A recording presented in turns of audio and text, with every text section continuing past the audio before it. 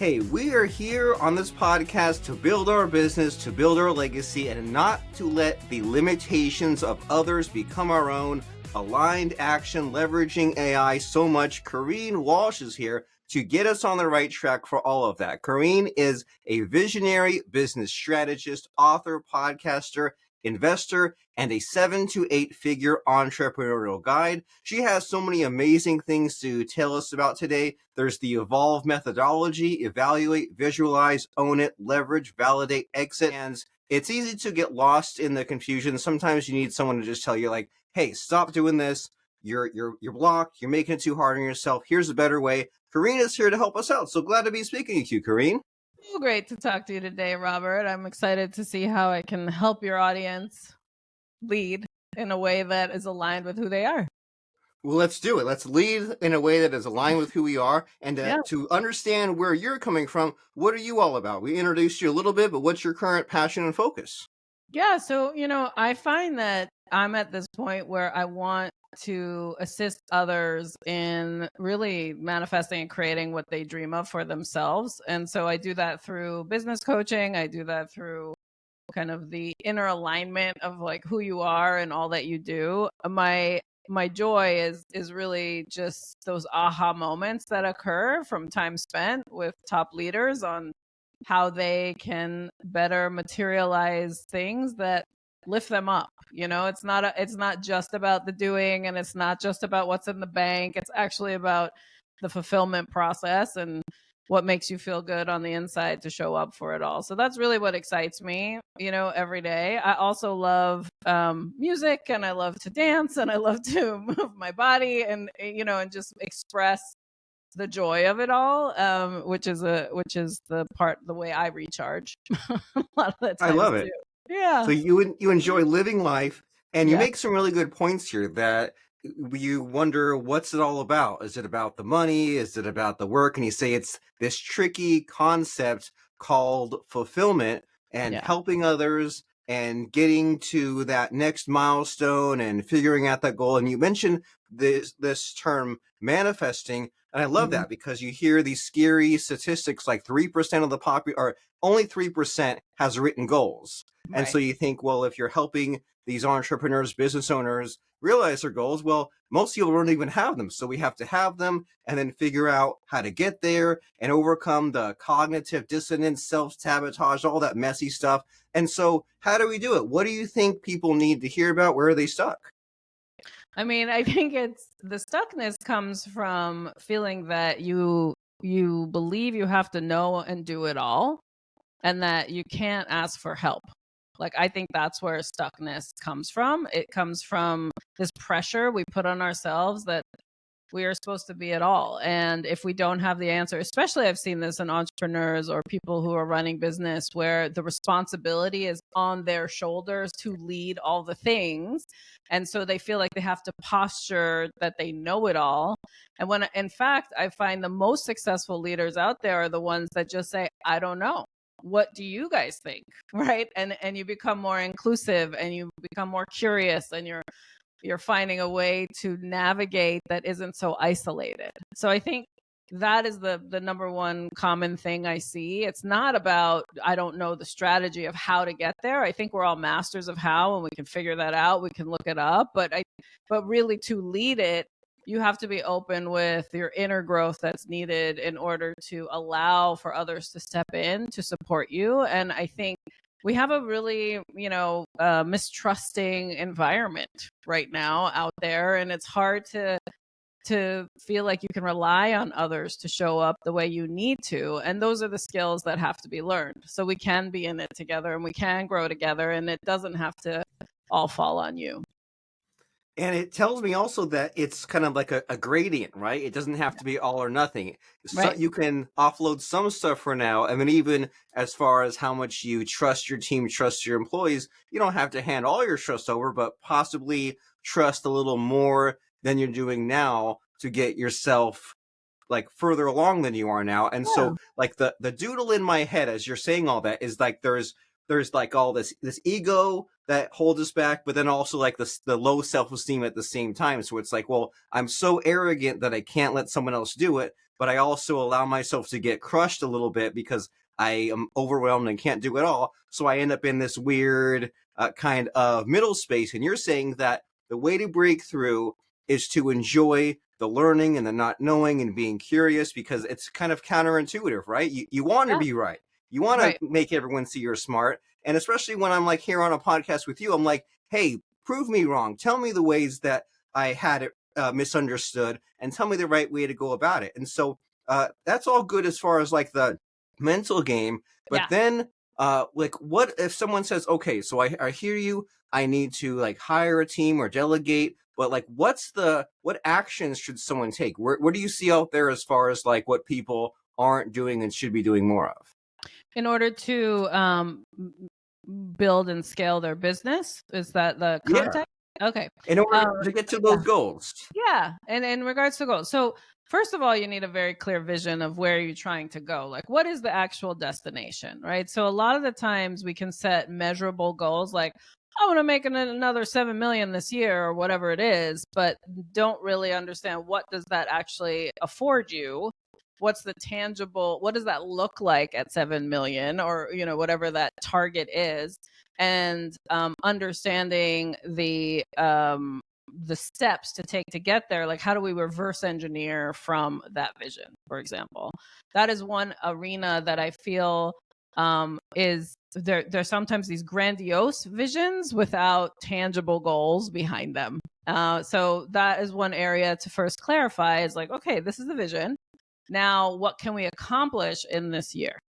Because sometimes you have to assess, okay, if you're targeting, let's say, a high number, because a lot of people lean into the things that they can measure.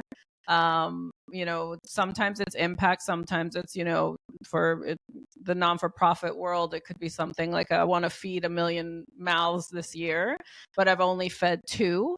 So how do I go from 2 to 1 million, right? But there's still this form of measure. So maybe this year it's actually 500 is the target, because you only have proven 2 that could be fed, right? So then what do we have to do to incrementally step towards the vision? We have to have incremental goals to break down in order to have everybody walking in lockstep towards that.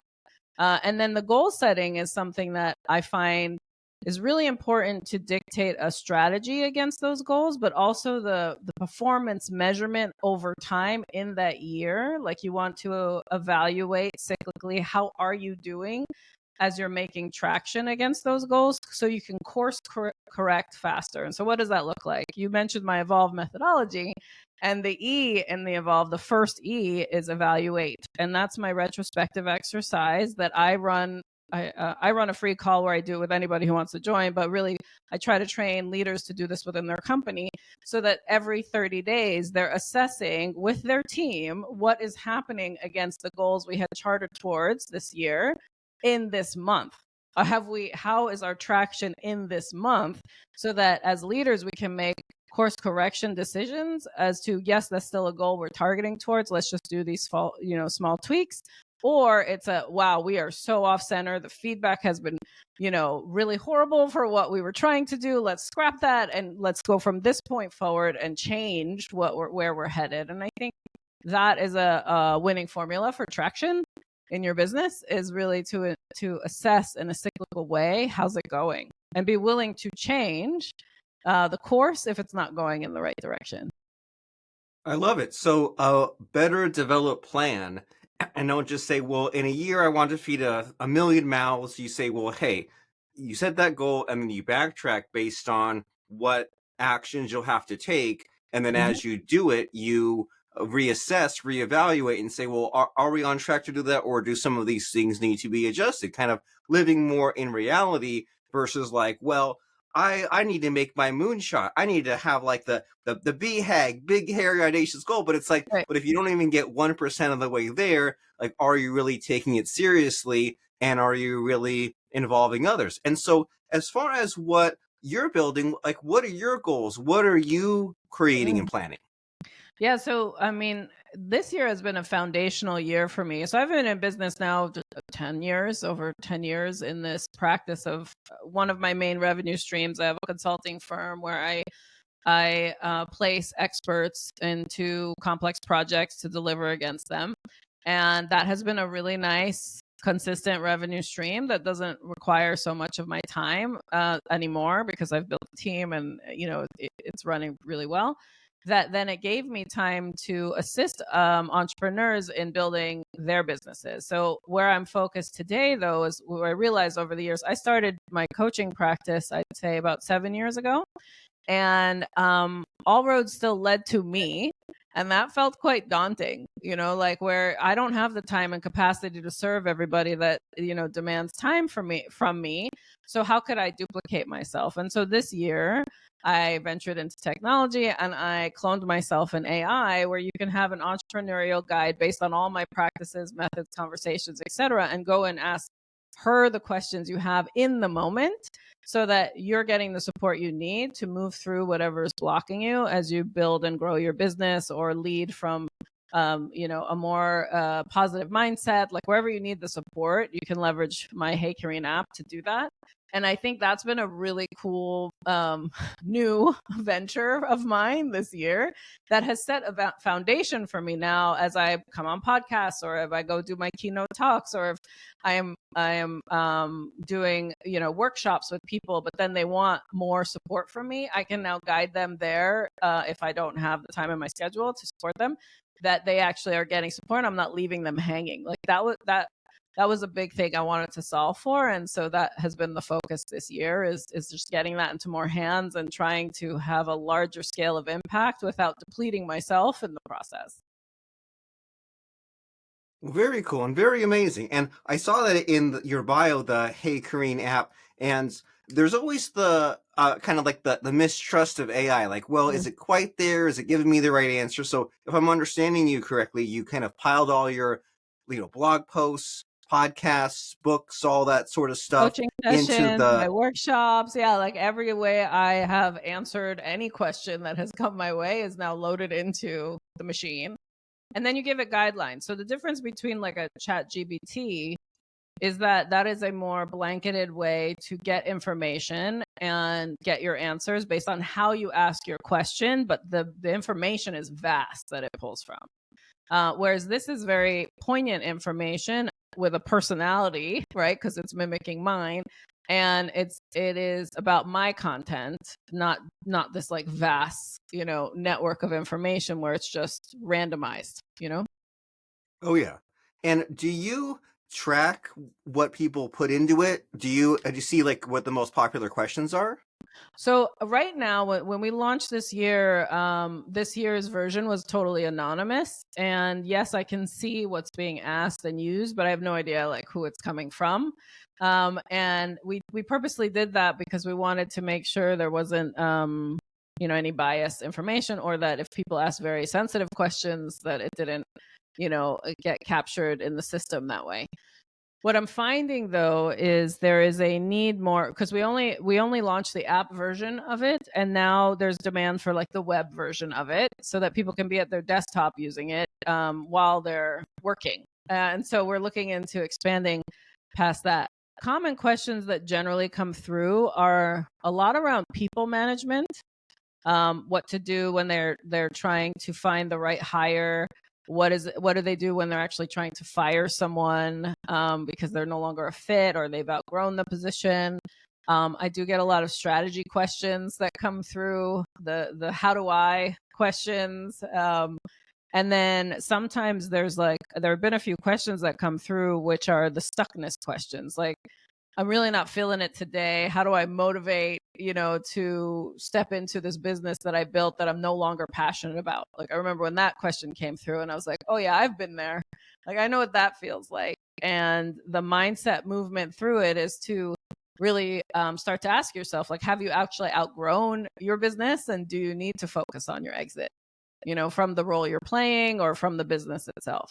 And so it's been really cool to yes, collect the information just to see how people are using it, but also to validate that the things that I know I felt over the years and the way that I answered and moved through it or found the tools to move through it are being leveraged to help others, which is really great.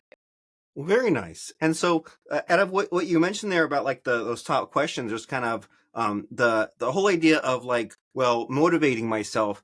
you kind of broke in a little bit of a decision tree there, right? There's like, well, if I'm stuck or burnt out or whatever it is it because I'm just having a bad day? And then that means, well, we have all heard about all the mindset techniques, just, affirmations, go do your dancing, do your music, do your self-care. Or is there something real external? Have you really hit the end of your road and then time to plan your exit or hire different people to take on responsibilities? Yeah. And that's helpful. But then the whole idea of hiring someone, putting them on a task, setting them loose, it's so scary, right? It's like It giving is. up all of that how to mindset thinking that you mentioned before. And it is kind of a weird new way to think, right? Say like, hey, I need this done. Let me figure out the scope of the project. See if someone's qualified, put someone in, meet with them, check the milestones. But like, what's your advice or what's your method to the madness as far as like if someone says, hey, hiring and firing, there's so much to it. It's such a messy concept. How do we decode that? Yeah, I mean, I think if you're going to scale, you have to bring people in to do the things that you no longer need to be doing or that are kind of under your pay grade in order to advance. And it is daunting. It takes a good percentage of your time up front to bring in, train, and monitor that person to make sure they're a fit. But the process of the relief that occurs from where you're spending your time on the things that someone else who's less qualified than you to be doing it, meaning like you've outgrown that role, you've mastered it, go teach someone else to do it and then monitor it. So I think where people miss a lot of the hiring process is that they think they're going to hire this person and they're just going to be able to take on that job and be left alone and manage it in a way without any supervision or performance management or check-ins on, are they doing the job you hired them for the right way? So I love to encourage my clients to make sure that they have checkpoints, especially within the first 90 days of that person working with them or that service even that they've hired. I mean, you need to do this for vendors too, right? Just because the vendor says they're the expert doesn't mean the way they're going to implement something is the right way for you. So you still have to guide them as the client, but really make sure that you're measuring performance against what you have brought them on. Now, performance management is another trigger word that people have that kind of shuts them down, right, Robert? Like Oh yeah. it's one of those things like, oh, like I really, why, like there's this, because the systems that some HR staff, the staffing side of large companies that a lot of people have been exposed to, the way that that performance management ran really had nothing to do with the job that that person was hired for. So it felt like a waste of time. The coolest thing about being an entrepreneur and a leader of your own business is that you get to design what performance means for you. So, in order for you to make sure that who you hired is the right fit, you have to also, before they start, really be articulate into how are you going to measure that they are the right fit for the work, and what are you going to put in place to check in to make sure that happens, and be consistent about that so that it not only makes it easier if god forbid you have to let them go because they weren't a fit, but you'll figure that out faster than dragging them on and draining your funds without the performance that you're looking for. So I think that's one of the missing steps on people management, and especially in entrepreneurial ventures where you're kind of going so fast and you want to see things happen in a certain way, and you're overwhelmed with doing it all, and now you have to bring someone in to supposedly take something off your plate, but it feels twice as stressful because now you have to monitor them. It's temporary upfront, the extra effort to bring somebody on the right way and also measure them for the performance that's needed to have the ultimate success in your business. So you can step away from the roles that are beneath your payroll. And that's very helpful. And that's a great insight that there will be temporary stress and Yeah. that you maybe need to set your expectations low, because we'd all love it to be like, oh, I'm doing 17 different things. I'd love it if someone took this off my plate. And I bet that they'll do it faster and better. And I'll just be blown away with how good a job it's like, no, they probably won't do it the way that you do it or as good as you at first. But you're saying measure the performance and check in, and it might feel like you're kind of like pulling double duty until they get up to speed, but it's like a necessary phase to go through. Otherwise, you'll just continue with more of the being burnt out, stressed out, spinning your wheels. Pick your metaphor for how just overwhelming and stressful the situation is. And it Yeah, it's definitely limiting. takes, yeah. Yeah. And so I'm curious about you and like your personal transformation. Would Mhm. you say like the big difference between now and when you started, was it this kind of management mindset or was it something else? Like, what is there something that you have really evolved with yourself?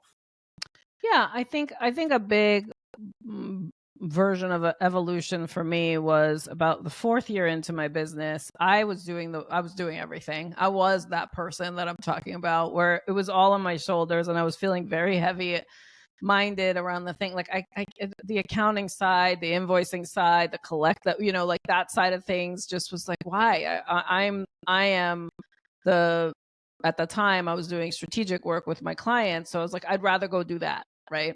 And I realized that I think it was in 2017 going into 2018, no, maybe a year prior, 2016 into 2017. I challenged myself to say, hey, okay, Kareen, what if your target revenue stream for your company at the time, I made a good, like, maybe it was like 500,000 a year in my business, but I didn't have a team and I didn't expand past myself. It was like me, right? What if you targeted seven figures, so double it, but you only could spend 10% of your time in the business? What would that strategy need to be? And who would you have to become to lead that? And that was a big shift for me because it forced me to not do it alone.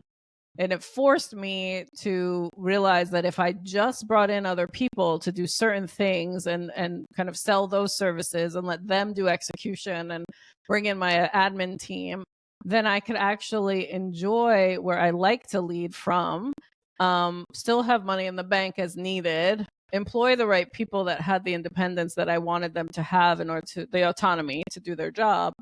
And literally, I was able to accomplish that in 6 months after I had such a focus on who I had to be to do it. And I think that was the biggest evolution was that just as much as I'm capable, in order for me to grow past myself or my results, I had to look at myself to say, well, who do I have to become? And that was a foundational move for me that like each year I would start to focus like that too. Where do I want to be spending my time? What is the impact I want to have? How can I manage my capacity so that I'm not sacrificing my health for it? And then that is what shaped my strategy because I had proven a really big stretch goal for me, never achieving that before in a very short period of time just by thinking strategically different and also giving myself permission to change in order for it to happen, you know? Yeah, and that's great. And I love your thinking here. It's almost like a math problem where Right. you say like, well, here, like, in math, when you take math classes and like you have to do like a half page long proof, right? And you have to say Right. like, I need to solve this, and that leads to Right. this, and leads to this, and it's Yeah.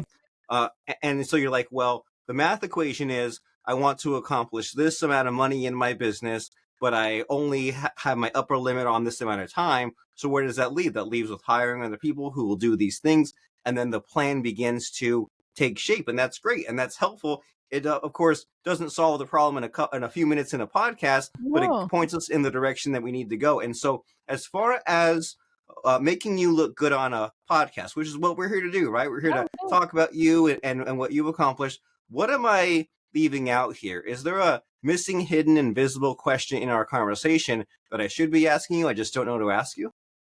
I don't know if it's a I think just to add on to what you just asked, of the biggest shift for me, I realized I had to know the role in my business that made the most sense from my innate skill set.